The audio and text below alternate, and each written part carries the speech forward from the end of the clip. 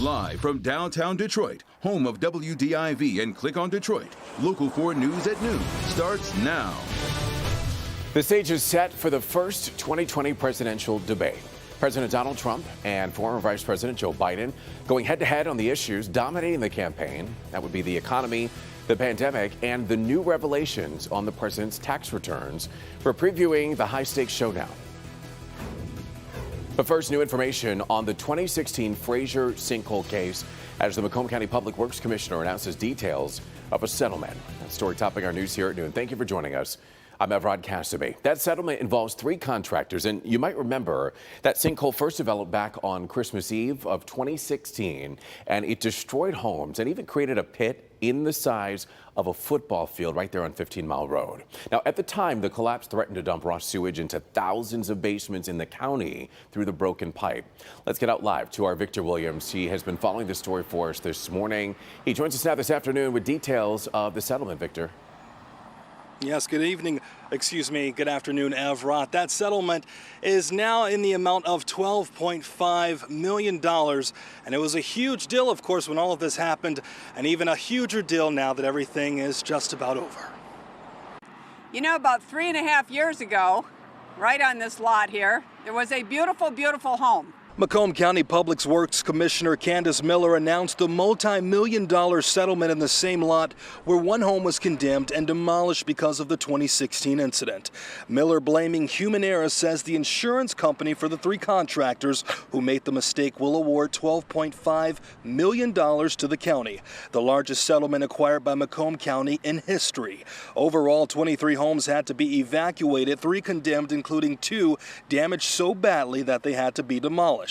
At that time, the collapse even threatened to dump raw sewage into thousands of basements in the county through broken pipes.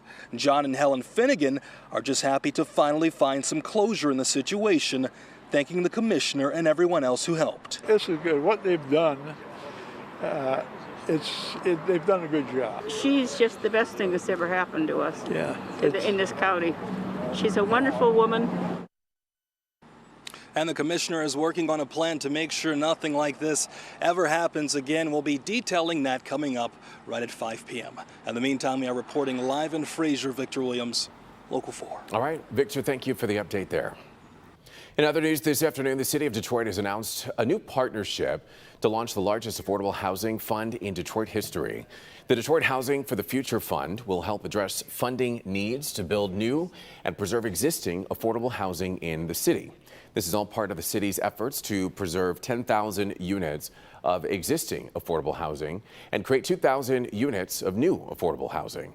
Mayor Mike Duggan says the city is committed to creating housing for low-income residents. We don't think anybody should have to be pushed out in order to bring new residents in. This city used to house 1.8 million people, and now we have 700,000. If we do this right, we can bring jobs and businesses back while protecting those who stayed here during the downtimes. So far, $48 million has already been committed to that fund, and that includes $15 million from J.P. Morgan Chase Bank and $10 million from the Kresge Foundation. Well, the stage is set for tonight's first presidential debate. That's happening in Cleveland. President Donald Trump and former Vice President Joe Biden are going head-to-head, and tens of millions of people are expected to tune in for this high-stakes showdown with the election just 5 weeks away. Here's Peter Alexander with a look at what you can expect from both candidates. Tonight, a political clash months in the making. President Trump and former Vice President Joe Biden facing off for the first time, taking the stage here in Cleveland for the first of 3 debates after trading increasingly personal attacks. There's just something wrong with Joe. He's off. He doesn't know how to debate the facts because he's not that smart. He doesn't know that many facts.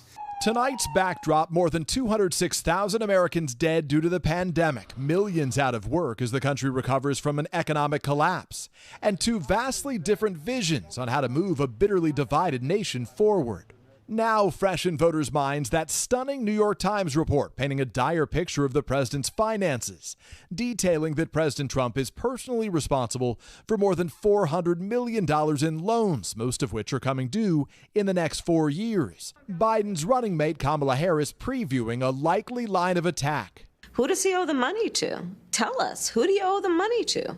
And do you owe debt to any foreign nation? In 2016, candidate Trump brushed off accusations about why he refused to disclose his tax return. They showed he didn't pay any federal income tax.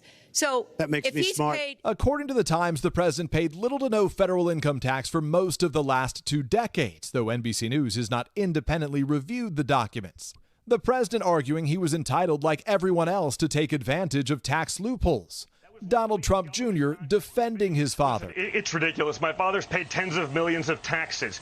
Among tonight's announced debate topics, the integrity of the election and the Supreme Court, with the president's pick, Judge Amy Coney Barrett, set to begin meeting with senators today. To prepare for their showdown, Biden aides have peppered him with questions, emphasizing not taking the president's bait and speaking directly to voters. While President Trump, who's huddled with former Governor Chris Christie and personal lawyer Rudy Giuliani, is touting his frequent exchanges with reporters as debate practice. And that was Peter Alexander reporting. The debate starts at 9 o'clock tonight. It'll run for 90 minutes, an hour and a half. We'll have special live coverage for you here on Local 4 starting at 9 o'clock. And we also want to let you know our Grant Herms and the Local 4 Trust Index team are going to be fact-checking during the debate. So while you're watching the debate here on Local 4 at 9 o'clock, you can also follow along with the fact-checking team. That is on clickondetroit.com. And Grant is also going to be joining us on Local 4 News today, tomorrow morning, so Wednesday morning, to update us on what he and the team found during the debate. All right, let's turn our attention now to the forecast on your Tuesday afternoon as we take a live look outside there through our sky cam. Just a few clouds. We do see a little bit of sun trying to poke through there. Let's check with meteorologist Brandon Rue. He is tracking some cooler temperatures for us.